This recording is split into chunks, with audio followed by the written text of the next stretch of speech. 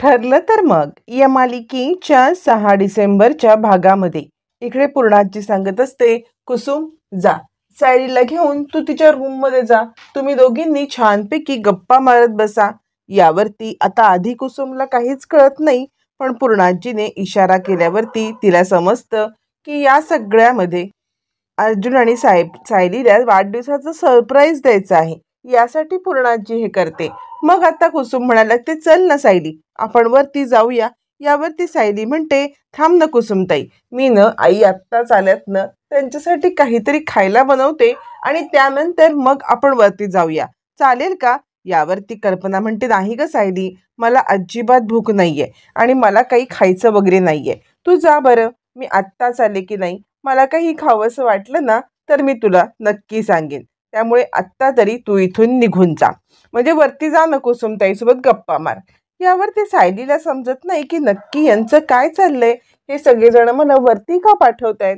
पण आता ती कुसुम सोबत वरती यायला तयार होते. विमल म्हणते, काही लागलं तरी मी तुम्हाला सांगेन हा सायलीताई. असं म्हटल्यावर ती सायलीवरती जाते. सायलीवरती निघून गेल्यावरती मग इकडे आता कल्पना, पूर्णाजी, प्रताप आणि या सगळ्यांचं सायली आणि अर्जुन यांचा वाढदिवस कसा साजरा करावा याबद्दल आता चर्चा सुरू असते. सगळेजण खूप सरप्राईज प्लॅन करत असतात. प्रत्येकाच्या आयडिया, प्रत्येकजण नवीन नवीन काहीतरी सांगत असतं आणि प्रत्येकजण एक्सायटेड असतं. पण सायलीला मात्र या सगळ्यामध्ये कोणीही इन्व्हॉल्व करून घेतलेलं नसतं, न सायलीला न अर्जुनला. या सगळ्यांचं प्लॅनिंग चालू असताना इकडे आता कुसुम सायलीला घेऊन वरती येते. सायलीला घेऊन वरती आल्यावरती ती सांगते, अगं काय सांगू तुला, मधुभाऊंची मला किती आठवण येते. पण मधुभाऊ आपल्या मुलीचा संसार बघण्यात इतके जे रमलेत ना, त्यांना इथून त्यांचा पायच निघत नाहीये. पण त्यांना काय माहिती की ती ज्या मुलीचा संसार बघण्यामध्ये रमलेत तो संसार अजूनही खरा नाहीये, तो संसार खोटा आहे. यावरती सायली सांगायला लागते, अगं नको तू कुसुमताई काळजी करूस, आता तो संसार खरा होणार आहे. मी अर्जुन सरांना माझ्या मनातली गोष्ट एकदा सांगितली ना की मग हा संसार खोट्यापासून खऱ्यापर्यंत येताना तू नक्की पाहशील. यावरती कुसुम म्हणते, अगं पण तुमचं काय चाललंय, तुमची गाडी काही पुढे सरकतच नाहीये ना. म्हणजे कसं आहे, ते एक थोर वैज्ञानिकाची गोष्ट मला माहिती आहे हा. म्हणजे त्याने काय केलं होतं, आपल्या घरामध्ये मांजरी आणि तिची पिल्लं यांना न एका रूममधून दुसऱ्या रूममध्ये जाण्यासाठी त्याने या सगळ्यामध्ये एक मोठं होल केलं होतं आणि मांजरीसाठी मोठं होल केलं. पण त्यांनी या सगळ्यामध्ये पिल्लांसाठी छोटे छोटे होल करून ठेवले. मला तू एक गोष्ट सांग, ज्या होलामधून मांजर पुढे जाईल त्याच त्याच्यामधून ती पिल्लं पुढे जातील ना. कसं आहे, हे सगळं त्याचा जो संशोधन चालू होतं ते ह्या प्रकारे पुढे काही सरकतच नव्हतं, कारण त्याला कळतच नव्हतं की पिल्लं त्यांना केलेल्या छोट्या होलमधून का जात नाहीये. तसंच तुमचं झाले, तुमची पण गोष्ट कुठून पुढे सरकतच नाहीये. तुम्ही एकच गोष्ट धरून बसलायत आणि स्पष्टपणे एकमेकांना सांगण्याचं काही बघतच नाहीयेत. यावरती सायली म्हणते, कुसुमताई तुझं म्हणणं बरोबर आहे, पण कसं आहे ना, आपल्याला त्या ठिकाणापर्यंत पोहोचण्याची एवढी का घाई असते. जो सोबतचा प्रवास असतो तो प्रवास सुद्धा एन्जॉय करायला शिकलं पाहिजे ना. आणि मी हा प्रवास एन्जॉय करते. अर्जुन सरांसोबतचा इथपर्यंत पोहोचण्याचा हा प्रवास माझ्यासाठी खूप खास आहे. आणि हे बघ, त्या ठिकाणापर्यंत पोहोचण्यासाठी प्रवास एन्जॉय करत पोहोचलं ना तर ठिकाणापर्यंत पोहोचण्याचा आनंद पण छान होतो. त्यामुळे तू काहीही काळजी करू नकोस. मी माझ्या मनातली गोष्ट काहीही झालं तरी आज सांगणार म्हणजे सांगणार. यावरती इकडे आता कुसुम सांगायला लागते, हे बघ, उद्या या सगळ्यापर्यंत तू सगळं त्यांना बोलून टाक, नाहीतर काही खरं नाहीये. इकडे तोपर्यंत चैतन्य सुद्धा अर्जुनला हेच सांगत असतो, काय रे अर्जुन, तुमची काही गाडी पुढे जाण्याला मागतच नाहीये, म्हणजे तुम्ही इथेच अडकून किती दिवस बसणार आहात. अरे लवकरात लवकर तू तुझ्या मनातली गोष्ट सांग, म्हणजे खऱ्या अर्थाने मी इथे मोकळा होईल. कारण कसं आहे, तुमच्या दोघांच्या ह्या प्रेमामध्ये मी सल्लागार बनून राहिलेलो आहे आणि आता हा सल्लागार पद मला नको आहे. बाद झालं हे सल्लागार पद. हे सल्लागार पद सोडून आता मला माझं वकिली करायला लागू दे. पण तुमच्या चक्करमध्ये मला माझी वकिली पण नाही करता येत. ऐकतोयस ना अर्जुन मी काय बोलतोय ते, की काय करतोयस तू. अरे ऐक, तू लवकरात लवकर काहीही झालं तरी आजच्या आज सायलीला बोलून टाक. पण इकडे अर्जुनचं काही लक्षच नसतं. इकडे आता चैतन्य विचार करतो, या मूर्खाचं चाललंय तरी काय? काय रे अर्जुन, काय करतोयस तू? ऐकतोयस ना माझं? यावरती आता इकडे अर्जुनच्या कानामध्ये हेडफोन असतात आणि तो कसला तरी सॉन्ग ऐकत असतो. त्यामुळे त्याचं लक्ष या सगळ्यामध्ये नसतं. चैतन्य म्हणतो, अरे काय तू? यावरती अर्जुन म्हणतो, काय बोललास का तू? यावर चैतन्य म्हणतो, नाही नाही, मी काहीही बोललो नाही. मी ना ओठांचा एक्सरसाइज कसा करायचा याच्याबद्दल चर्चा करत होतो. यावरती अर्जुन म्हणतो, हे चांगलं आहे, हा ओठांचा एक्सरसाइज झालाच पाहिजे. असं म्हणत इकडे आता अर्जुन आणि चैतन्य दोघं जण बोलत असतात. त्यावेळेला चैतन्य त्याच्या कानामधले हेडफोन काढतो आणि अच्छा, तू हे ऐकत होतास, म्हणून मी तुला जे काही बोललो तुला कळलंच नाही का? यावरती अर्जुन म्हणतो, हो, मी छानपैकी लव सॉन्ग ऐकतो आहे, जेणेकरून छानपैकी रोमॅन्टिक होईन आणि सायलीला माझ्या मनातली गोष्ट मी सांगू शकेन. असं म्हटल्यावरती मग मात्र आता इकडे चैतन्य म्हणतो, कमाल कमाल झाली ह तुझी.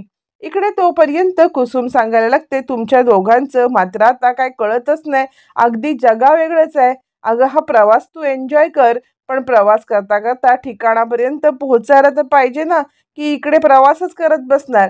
यावरती सायली सांगते, खरं सांगू का, तर मला ठिकाणापर्यंत पोहोचण्याची घाईच नाहीये. मला हा प्रवासच मुळात एन्जॉय करत जायचा आहे.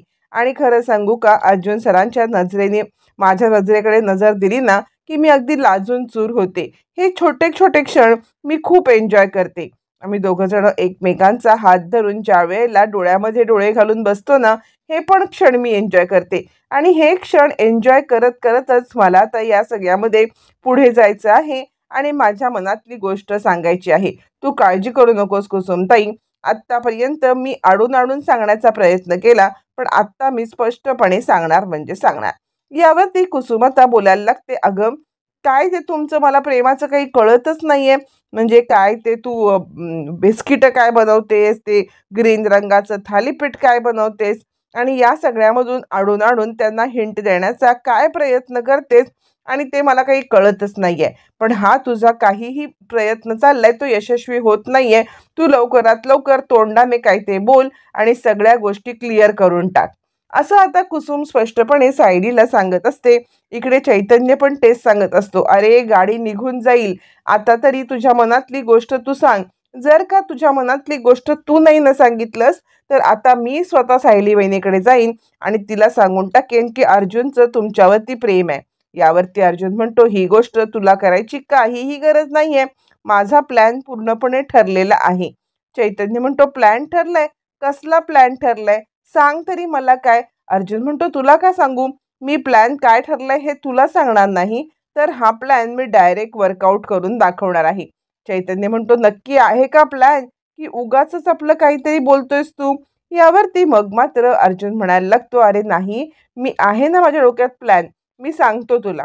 असं म्हणत अर्जुन पुन्हा हेडफोन घालतो, पुन्हा गाणी ऐकायला लागतो. इकडे आता कुसुम चिडलेली असते, वा वा वा, काय ते तुमचं प्रेम, काय ते तुमचं हे, मला काही कळतच नाहीये. एकमेकांच्या मनातलं जाणून घेण्यासाठी कुठच्या युगात वावरताय तुम्ही हे सुद्धा मला कळत नाहीये.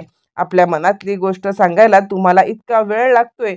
खरंच आत्ताची मुलं बघितली ना, तर पटकन आपल्या मनातली गोष्ट सांगून मोकळे होतात. पण तुमचं तुमचं मात्र दोघांचं मला काही कळेनासंच झालेलं आहे. देवालाच माहिती कसं काय व्हायचं तुमचं ते. प्रवास करता करता ठिकाणापर्यंत पोहोचाल की नाही पोहोचाल? सायली म्हणते, कुसुमताई तू नको काळजी करूस. असं म्हणत सायलीच्या डोक्यात जो प्लॅन असतो तो ती वर्कआउट करणार असते. अर्जुनच्या डोक्यात जो प्लॅन असतो तो वर्कआउट करणार असतो. अर्जुन चैतन्याला घेऊन आता कारमधून बाहेर पडतो. अर्जुन कारमधून बाहेर पडल्यावरती चैतन्य म्हणतो, कुठे जायचंय? अर्जुन म्हणतो, हो एवढी घाई काय, मी तुला सांगतो ना कुठे जायचंय ते. असं म्हणत तो त्याला एका ज्वेलरी शॉपच्या समोर घेऊन येतो. चैतन्य म्हणतो, ज्वेलरी शॉप आणि इथे तुझं काय काम आहे? अर्जुन म्हणतो, सगळ्या गोष्टी तोंडाने सांगायची गरज आहे का? थांब मी तुला दाखवतो काय करायचंय मला ते. असं म्हणत अर्जुन आता तिकडून निघतो आणि आता ज्वेलरी शॉपमध्ये जातो. चैतन्य विचार करतो, आता नक्की ह्याच्या डोक्यात काय प्लॅन आहे, आता नक्की हा काय करणार आहे हे काही कळत नाहीये.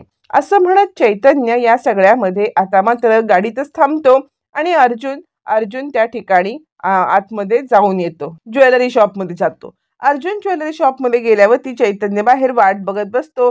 नक्की आता ह्याच्या मनात काय आहे, नक्की हा काय प्लॅन करणार आहे हे त्याला काही कळत नसतं. पण तोपर्यंत थोड्याच वेळात जाऊन आता अर्जुन परत गाडीमध्ये बसायला येतो. तोपर्यंत सायली इकडे आपल्या रूममध्ये असते आणि ती गाणं गुणगुणत असते. शब्दाविना मनातील भावना अशा प्रकारचं काहीतरी गाणं असतं आणि एकटीच ती मनातलं गाणं गुणगुणत असते आणि ती विचार करत असते की आत्तापर्यंत मी माझ्या भावना शब्दामध्ये सांगण्याचा प्रयत्न केला होता, शब्दाविना सांगण्याचा प्रयत्न केला होता, पण माझ्या भावना तुमच्यापर्यंत बिलकुल पोहोचल्याच नाहीत आणि त्यामुळे आता आता मी शब्दांचा वापर करून या सगळ्यामध्ये माझ्या भावना सांगणार आहे सर तुम्हाला. शब्दाविना सांगण्याचा प्रयत्न केला, तो प्रयत्न यशस्वी ठरला नाही, तरी शब्दातून सांगितलेला प्रयत्न नक्कीच यशस्वी ठरेल. काय करू? हां, मी त्या दिवशी जो कॅफे बघून आले होते ना, त्याच कॅफेमध्ये आता मी पुन्हा एकदा कॉल करते आणि त्या कॅफे बुक करून टाकते. पण तिकडे गोंधळ असेल का? गोंधळ असल्यामुळे मला माझ्या मनातली गोष्ट सांगता नाही का येणार. काय करू? सायलीला काहीच कळत नसतं आणि मग ती विचार करते, नाही, एवढ्या काही गोंधळ नसेल, मी माझ्या मनातल्या भावना नक्कीच सांगू शकेन. असं म्हटल्यावरती सायली त्या कॅफेच्या मॅनेजरला कॉल करते. मॅनेजरला कॉल केल्यावरती सायली आता सांगायला लागते, हॅलो, मी त्या दिवशी तुमच्याकडे आले होते. मला टेबल बुक करायचं होतं आणि ते टेबल बुक करण्यासाठी मला तुमची आत्ताची डेट हवे. तो माणूस सांगतो, म्हणजे मॅनेजर सांगतो, पण तुम्ही कन्फर्म आहात ना? तुमचं कन्फर्म आहे ना की तुम्हाला हे टेबल बुक करायचं आहे म्हणून? यावरती मग मात्र इकडे सायली सांगायला लागते, हो, तुम्ही काहीच काळजी करू नका. टेबल अगदी कन्फर्म बुक करा. मला हे टेबल बुक करायचंच आहे. आम्ही त्या दिवशी येणार म्हणजे येणारच. असं म्हणत इकडे आता सायलीने टेबल कन्फर्म करायला सांगितलेलं असतं आणि याच कॅफेमध्ये आता आपल्या मनातली भावना अर्जुन सरांपर्यंत पोहोचवायची हा तिचा प्लॅन असतो. हे सगळं तिच्या मनात अगदी ठरलेलं असतं आणि आता ती विचार करते, याच कॅफेमध्ये जिथे मी बघून आलेली आहे त्याच कॅफेमध्ये आता मी या सगळ्यामध्ये माझ्या मनातली भावना अर्जुन सरांपर्यंत पोहोचवणार. दोघांचं प्लॅनिंग ठरलेलं असतं. इकडे अर्जुन धावत पळत जाऊन आता ज्वेलरी शॉपमधून डायमंडची रिंग घेऊन येतो. डायमंडची रिंग आणल्यावरती इकडे आता चैतन्य म्हणतो, हे काय, डायमंडची रिंग आणि ती कोणासाठी? अर्जुन चिडतो, आणि तुझ्यासाठी आणले ती डायमंडची रिंग. यावरती मग मात्र आता इकडे अर्जुन म्हणायला लागतो, अरे असं काय करतोयस, कोणासाठी आणणार आहे? सायलींना ही मी डायमंडची रिंग देणार. यावर चैतन्य म्हणतो, अच्छा, म्हणजे डायमंडची रिंग जनरली कशासाठी दिली जाते? तर प्रपोज करण्यासाठी. म्हणजे तू डायमंडची रिंग देऊन प्रपोज करणार का? असं म्हटल्यावरती अर्जुन म्हणतो, हो, हाच माझा प्लॅन आहे. मी डायमंडची रिंग देणार आणि आता सायलीला प्रपोज करणार, हे माझं ठरलेलं आहे. असं म्हटल्यावरती चैतन्याला कळतं की चला, किमान या सगळ्यामध्ये त्याचा प्लॅन आहे, काहीतरी प्लॅन ठरलेला आहे. मग असं म्हटल्यावरती इकडे आता अर्जुन खुश झालेला असतो. इकडे सायलीने टेबल बुक केलेलं असतं. आता इकडे दोघं जण एका छानपैकी रोमॅन्टिक डेटसाठी जाणार असतात. दोघांची रोमॅन्टिक डेट आता सुरू होणार असते आणि त्याच वेळेला अर्जुन तिला प्रपोज करणार असतो. पण त्याआधी घडणारी घटना खूप महत्त्वाची ठरणार असते आणि या घटनेमध्येच आता मधुभाऊंनी हातामध्ये अल्बम घेऊन सगळे फोटो पाहिलेले आहेत. इकडे सायली छानपैकी गाणं ऐकत असते आणि रोमॅन्टिक सॉन्ग ऐकत असताना आता आपण या शब्दानेच अर्जुन सरांना प्रपोज करायचं असं ठरवते आणि ती उद्याच्या दिवसाची वाट पाहत बसते. कधी एकदा उद्याचा दिवस येतोय आणि कधी एकदा मी अर्जुन सरांना प्रपोज करते असं तिला होतं. तोपर्यंत मधुभाऊ आता आपल्या रूममध्ये असतात. मधुभाऊंनी आपले बॅग काढलेली असते आणि ते विचार करतात, माझ्या साऊबाळाचा उद्या वाढदिवस आहे. साऊबाळाचा वाढदिवस आहे आणि त्या दिवशी साऊबाळाला त्रास होतो. मला तिला जाऊन भेटलं पाहिजे आणि तिला भेटून विचारलं पाहिजे की नक्की तुला काही त्रास होतोय का बाळा? मी जाऊ का तिला भेटून येऊ? असं म्हणत मधुभाऊ सायलीच्या रूममध्ये जायला आता निघालेले असतात. पण ज्या वेळेला मधुभाऊ सायलीच्या रूममध्ये जायला निघतात तोपर्यंत प्रताप आणि अश्विन त्यांच्या रूममध्ये आलेले असतात. आता प्रताप आणि अश्विन का आलेत हे मधुभाऊंना काही माहीत नसतं. त्यावरती प्रताप म्हणतो, येऊ का मधुभाऊ? मधुभाऊ म्हणतात, अहो, घर तुमचंच आहे, मला कसलं विचारताय येऊ का? यावरती प्रताप म्हणतो, असं नाही हं, आत्ता ही खोली तुम्हाला दिली की नाही? ही खोली तुम्हाला दिल्यामुळे आता ही खोली तुमची आहे आणि आम्ही तुम्हाला विचारल्याशिवाय कसं येणार? मधुभाऊ म्हणतात, थट्टा करताय काय? अहो, मी पाहुणा आहे या घरामध्ये, घर तुमचंच आहे, विचारायची गरज नाही. मग मात्र प्रताप म्हणतो, चल रे अश्विन चल, आपण तर यांना घरचं समजून मदत मागायला आलो होतो, पण हे तर स्वतःला पाहुणा समजून आपलं अंग काढून घेत आहेत. त्यामुळे आता इथे थांबण्यात काही अर्थ नाही. चल चल आपण इकडून निघून जाऊया. यावरती अश्विन म्हणतो, हो चल चल डॅड आपण निघून जाऊया. मधुभाऊ म्हणतात, समजला, तुमचा मुद्दा समजला.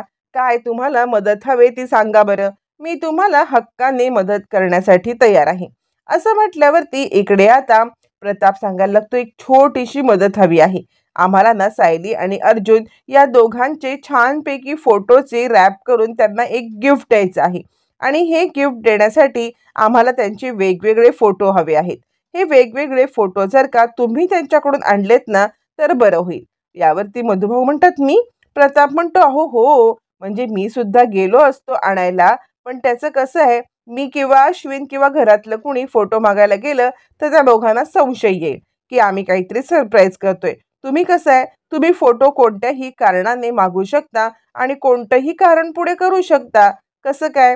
यावरती मधुभाऊ म्हणतात, ठीक आहे, तुम्हाला फोटोज हवे आहेत ना, मी तुम्हाला फोटो आणून देतो, काही काळजी करू नका. असं म्हणत मधुभाऊ आता सायली आणि अर्जुन या दोघांचे अल्बम मधले फोटो आणण्यासाठी निघतात. आणि प्रताप इकडे आता अश्विनचं काम झालेलं असतं. तोपर्यंत सायली आपल्या रूममध्ये असते. तितक्यात मधुभाऊ येतात. सायली म्हणते, या ना मधुभाऊ, या, तुम्ही इथे उभे का? मधुभाऊ म्हणतात, काही नाही ग, तुझ्याशी गप्पा मारायला मला वाटलं म्हणून मी आलो. सायली म्हणते, बसा ना इकडे मधुभाऊ, काय गप्पा मारताय, बोला तुम्ही. असं म्हटल्यावरती मग मात्र मधुभाऊ सांगायला लागतात, हे बघ साऊ बाळा, मला तुझ्याशी खूप महत्त्वाचं काहीतरी बोलायचं आहे. म्हणजे मी तुला एक गोष्ट सांगू का? म्हणजे कसं आहे, आता ना बरेच दिवस तुझ्या इथे राहिलो मी. तुझ्या इथे बरेच दिवस राहिल्यानंतर आता मात्र मला इकडे जायला पाहिजे. काका काकू मुलं या सगळ्यांची मला खूप आठवण येते आहे आणि त्यांना आता कधी एकदा भेटेन असं मला झालंय. त्यामुळे मी इकडून ना आता निघायचं म्हणतोय. यावरती सायली म्हणते, मधुभाऊ, अहो इतक्या लवकर का तुम्ही निघताय? मधुभाऊ म्हणतात, मी म्हटलं ना, लेकीचा संसार डोळे भरून पाहिलेला आहे. लेकीचा संसार पाहिल्यावरती आता म्हटलं इथून निघावं. आता कोणत्याही बाबतीत तू मला अडवू नकोस बरं. आणि कसं आहे, मी येत राहीन की तुला भेटत राहीनच ना. असं म्हटल्यावरती मग मात्र आता इकडे सायलीकडे मधुभाऊंना थांबवण्याचं कोणतं ऑप्शन नसतं. त्यावरती मधुभाऊ म्हणतात, कसं आहे, आणि या सगळ्यामध्ये मला ना तुझे काही फोटो, जावई बापूंचे काही फोटो, असे काही फोटो मिळाले तर नक्कीच मी तुमचे हे सगळे फोटो बघत माझे दिवस काढीन की. जरा काही फोटो दाखवतेस का? असं म्हणत मधुभाऊ सायलीला फोटोसाठी हट्ट करायला लागतात. आता या सगळ्यामध्ये सायली विचार करते, हो मधुभाऊ, मी तुम्हाला फोटो दाखवते ना. असं म्हणत सायली आता अल्बम तिचे काढते आणि मधुभाऊंना फोटो दाखवण्यासाठी समोर येते आणि एक एक करत मधुभाऊंना सगळे फोटो दाखवायला लागते. हा बघा, हा आमचा फोटो गेल्या गेल्या लग्नाच्या वाढदिवसाचा. या लग्नाच्या वाढदिवसाला अर्जुन सर त्यांचा ना लग्नाचा वाढदिवसच विसरले होते आणि मग त्यानंतर आठवडाभर मला ते विश करत होते. त्यांना इतकी गिल्ट वाटत होती म्हणून सांगू. आणि तुम्हाला माहिती आहे का, या घरात कोणताही उत्सव किंवा कोणताही सण काही असला ना की इतक्या धूमधडाक्यात साजरा केला जातो ना, म्हणजे पूर्णाजी आणि घरातले सगळे मेंबर इतक्या धूमधडाक्यात हा सण साजरा करायला लागतात की या सगळ्यामध्ये तुम्हाला काय सांगू मी. हे सगळं जे काही घडतंय ना घरामध्ये, पूर्णाजींचा हे असतो की काहीही झालं तरी सुद्धा सण उत्सव छानपैकी साजरे केलेच गेले पाहिजेत. असं म्हटल्यावरती आता इकडे सायली सांगते, हा बघा, हा आमच्या गेल्या वाढदिवसाचा फोटो. रात्री गेल्याच्या वाढदिवसाला आम्हाला सगळ्यांनी मिळून आता छानपैकी सरप्राईज दिलं होतं आणि हे सरप्राईज धूमधडाक्यात साजरं केलं होतं. आणि हे आमचे अजून वेगळे फोटो. असं म्हणत सायली आता सगळे अल्बम दाखवत असते आणि याच अल्बमच्या शेवटी असतात ते म्हणजे आता छोट्या तन्वीचे आणि छोट्या अर्जुनचे फोटो. हे सगळे फोटो आता सायली मधुभाऊंना एक एक करत दाखवत असते. सायली मधुभाऊंना फोटो दाखवत असते आणि मधुभाऊ या सगळ्यामध्ये ते फोटो पाहत असतात. एक एक एक एक पाऊल उचलत असतात, एक एक एक एक त्यांचं पानं पलटत असतात. सायली त्या फोटोच्या आठवणी सांगत असते, अर्जुन सरांनी या वाढदिवसाला मला खूप छानपैकी सरप्राईज दिलं होतं आणि अर्जुन सर आहेत ना, ते सुद्धा माझा वाढदिवस एकदम छानपणे केला. त्यांना माहीत पण नव्हतं की आमचा वाढदिवस एकाच दिवशी असतो. आणि असं म्हणत जुने फोटो, आधीचे फोटो, लग्नाच्या आधीचे फोटो, हे सगळे फोटो आता सायली एक एक करत दाखवत असते आणि या सगळ्यामध्ये सायलीने दाखवलेले फोटो आता पाहत इकडे आता मधुभाऊ खूप खुश होत असतात.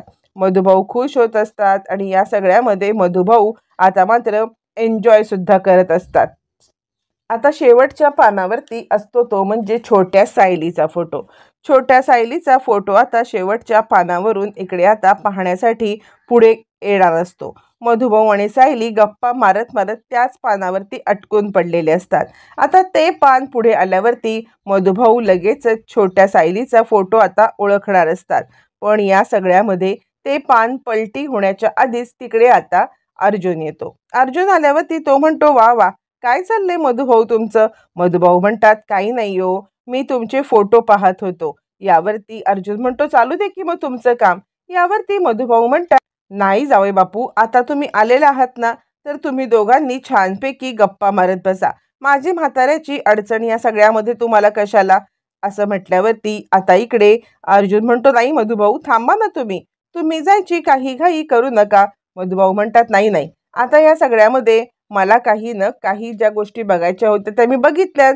तुमचा सुखी संसार बघितलाय. आता काय थांबायची गरज नाहीये. आता मी इथून निघतो, तुम्ही दोघं जण गप्पा मारत बसा. असं म्हणत मधुभाऊ तिकडून आता निघतात. मधुभाऊ निघाल्यावरती आता अर्जुन आणि सायली दोघं जण रूममध्ये असतात आणि दोघं जण एकमेकांकडे पाहत बसतात. त्यांना या वाढदिवसासाठी आपल्याला जे सरप्राईज दिलं जाणार आहे याची काहीही कल्पना नसते. सायली आणि अर्जुन एकमेकांकडे पाहत असतात, लाजत असतात आणि आता एकमेकांना कसं प्रपोज करायचं या गोष्टीची वाट पाहत असतात. तोपर्यंत इकडे आता त्या दोघांनाच खूप मोठं सरप्राईज देण्यात येतं आणि हे सरप्राईज दोघांसाठी खूपच आता मात्र नवीन असतं. त्या दोघांना छानपैकी वाढदिवसाला सगळ्यांनी आता छान छानपैकी तयारी केलेली असते. त्यांचे फोटो, त्यांच्या फोटोंच्या माळा या सगळ्या गोष्टी आता तिकडे लावून ठेवलेल्या असतात. हे सगळं चालू असताना आता मात्र अर्जुन आणि सायली केक कटिंगची वेळ येते. केक कटिंगच्या वेळेला सायली आता तिला नेहमीप्रमाणे जो काही त्रास होतो त्या त्रासामुळे सायली आता खाली पडते आणि आता तिला चक्कर येते. ही चक्कर आल्यावरती सगळेच जण याच्यामध्ये हादरतात आणि आता चांगलेच घाबरतात. सायलीला काही गोष्टी आठवायला लागलेल्या असतात. या गोष्टी सायलीला आठवत असताना आता मात्र सगळेच जण तिच्याकडे पाहायला लागतात आणि आता सायली नक्की काय भूतकाळ उलगडणार हे मात्र पाहणं फारच रंजक ठरणार आहे.